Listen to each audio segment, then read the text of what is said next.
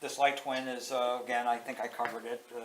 So we're basically, now got a case-hardened crankshaft yeah. with a phosphor bronze And- bearing, and a now phosphor bronze connecting rod. We're going faster and faster and faster with RPMs.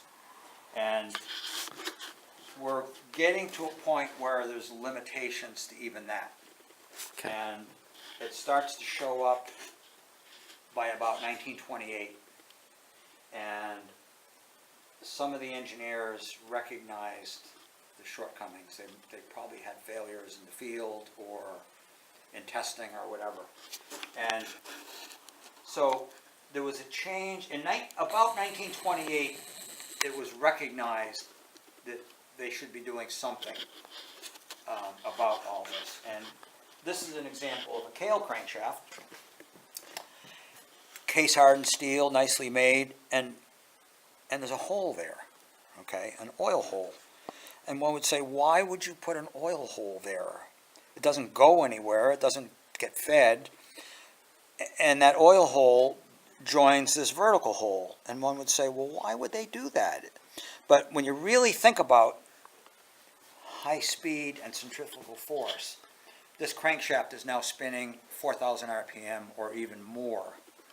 And it actually gets to a point where it's not clinging oil, it's slinging oil. Slinging oil off, with which is an centrifugal issue force. today, So windage. it's trying to dry itself off. So the faster you go, the higher the centrifugal force. The more you need the oil and the more less you you're need the oil, getting. but the less you're getting. Right, So that's okay. a real problem. So the Kahle people said, well, if we just put a hole here and a hole here, any oil that's being slung off may get reattracted to this hole because it's almost like a pump, like a centrifugal pump. As it spins, it will be pulling oil through this hole and ejecting it out that hole. Amazing, Yeah, truly. So we're talking about something that's self-oiling it from the moisture, the oil Vapor. being Yeah. the oil being Right. slunging around inside yeah, At least it gives it an opportunity to maybe help. to re-oil itself. Yeah, Yeah, okay. Elto dealt with it.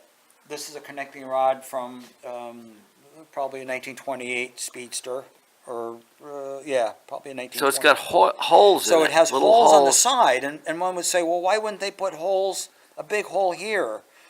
But when you really think about it, this thing is spinning, and being a two-stroke, it has a very tight crankcase, and the oil is being slung away from this due to centrifugal force, but it's going somewhere, so it's hitting the side of the crankcase, and maybe even bouncing back.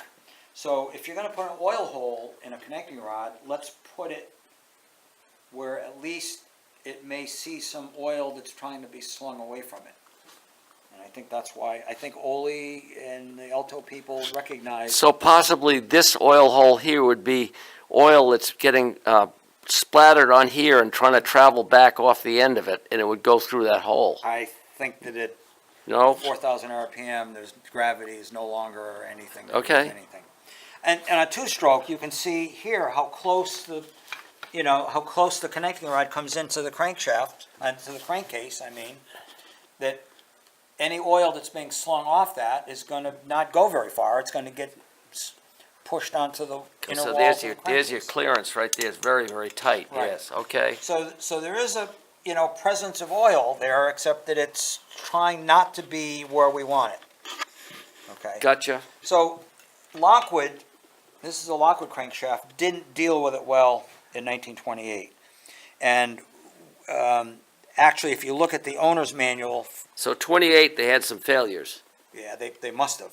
because they were the hot engine They and were the hot they engine, were for sure. turning hot, but So when you read the Lockwood instruction book for 1928, they cover this oiling business.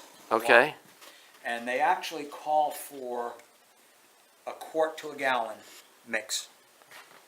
And And this is the Lockwood 1928 28 right shaft, here. right. Okay. So they called for a quart to a gallon if you use Sinclair Liberty engine oil. Okay. They said that in their booklet, they said they had the best success with that at 4 to 1, quart to a gallon. Oh, And they also state that if you can't find the Sinclair Liberty Aero oil, then if you use another heavy oil, heavy-bodied oil, you must use more.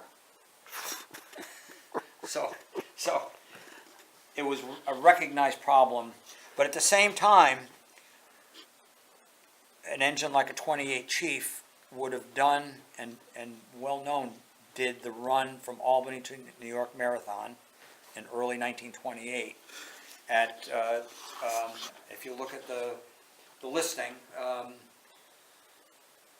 it went approximately 25 miles an hour the whole way from in 4 or 5 hours. I forgot the exact time. That's but- really smoking for one of those at Yeah, that time, that's yeah. really a That's lot. going, I mean, yes. That's a long run, long too. haul. So at about 25 miles an hour, it must have been wide open for 5 hours, basically. Yeah, I'd say so, yeah, right. So they did stay together, and there's always, of course, a fear when we run these old engines in a modern time. Are we doing harm, or are we causing some, issues that we shouldn't be? But the fact is, if you stay with what the factory recognized as a mitigator of that problem, then you'll be successful. In 29, Lockwood clearly recognized that problem. And again, we have oil feed holes at the crank pins, and these holes actually ultimately join up to these slots. So that's actually a feed, an oil feed. Because we do have pressurization of the oil at the bottom end, where Yeah. it's every time that piston comes down, it's gonna pressurize that Yeah. oil puddle that's in the Right. bottom of the crankcase. And don't forget, we have centrifugal force spinning Correct. this along, causing a negative pressure here. Right. So the oil's wanting to feed itself right Okay. up through there. So the centrifugal force is probably high. The 29 Chief, also in the lower bearing, has quite an oil reservoir. There's that whole aluminum casting, that cap that's on there, that's hollow, and it fills with oil. And there's an oil pipe that goes from that center bearing up to here. So if you had one rebuilt back in 1929, they probably would have used that crank rather than the older If crank. they That need- older yeah, crank right. right there, they would have used this newer crank. I And that's would have, that's. possibly yeah, why right. that Lockwood Chief there has stayed together so well. Maybe. I mean, I've never had that apart, and I've run that engine, I think, very, very hard. Yep. And I've had super good luck with it, Right. so. All right. So, we jumped to 1929, but the biggest breakthrough of all really happened in 1928. And that breakthrough came with Evinrude, the original Evinrude company, not Ole Evinrude's Elto, but the original Evinrude company. Owned by August Petrie, Yeah, right. who he'd built a new factory, In Yeah, Milwaukee. And, yeah. invested a ton of money into Ton of it to money. build the latest and greatest and of, came out with the great Evinrude Speedy Twin in 1928. and that would be That's the little fast brother- twin. the little brother fast twin. Same, basically, they had a smaller engine that was identical to it too, A 15 Fleet Twin. cubic inch. But the Fleet Twin was still older technology with bronze rods. It and was, hard okay. crankshaft. The big breakthrough was this guy here. And that, nothing special here, case hardened crankshaft again. Okay. Now we've gone to a forged steel connecting rod. Okay. Case hardened. Case hardened forged steel connector rod, Yeah. case hardened Right. forged steel crankshaft, And roller bearings. roller bearings. Right. Yeah. And that was huge breakthrough, and I think that technology came from motorcycles. So the motorcycles of that day were all on the rod, connecting rod end, big ends, were all roller bearings by then. In fact, I talked to a vintage motorcycle guy, and he thinks that most motorcycles had roller bearing connecting rods by even 1910. So the motorcycle industry recognized that unless you can force feed oil to that connecting rod bearing, you better have rollers. So New Departure and Torrington, which I both believe were both in business, were making bearings for the motorcycle industry, so those bearings were available Yes. to a designer who would have been working for Evinrude at that, or August They would Petrie have at known that about time. that technology. Yeah, And okay. it's interesting that Harley Davidson's and Evernude's were both in Milwaukee, and there's probably some crosstalk. Intermarried, like all the people in the outboard industry. Right, Finn right. Ergens married a sister of Johnson and Yeah, Cook right, and all them, all. So this whole kind of caged roller bearing is very Harley Davidson-like. There's Okay. really, So- Harley Davidson twin had what was called a fork and blade connecting rod. So it had one of these in the center for the rod that's in the middle, and then the fork rod that was mated to it had two shorter ones on each side. So, and the motorcycle industry didn't really think much about force feed lubrication and oil pumps. For many, many years, the motorcycles, like from day one till well into the 30s, had what would be called a constant loss lubrication. They didn't have an oil sump, they didn't have an oil tank. They just dribbled in a certain amount of oil and dumped it out on the road. And Similar to the marine industry. yeah, The early marine engines, inboard engines, had Yeah. what we call lost oil right. oiling. It was believed in the early days that oil would not mix with gasoline, or if it did mix with gasoline, it lost any lubrication value. So that's why you see so many early engines with drip feed oilers and grease cups and things Oh, like that. okay, and that's by 19, that Faro engine I had, the reason they, at some point, if you read the Faro manual, in 1910, 1912, they're starting to recommend mixing oil with the gasoline. They It was a started new idea. A very new idea. Plus that handbook, I forget what it's called, but it was the mechanic's handbook, at that era also talks about exactly the same thing. Yeah, okay. So the motorcycle industry recognized that this,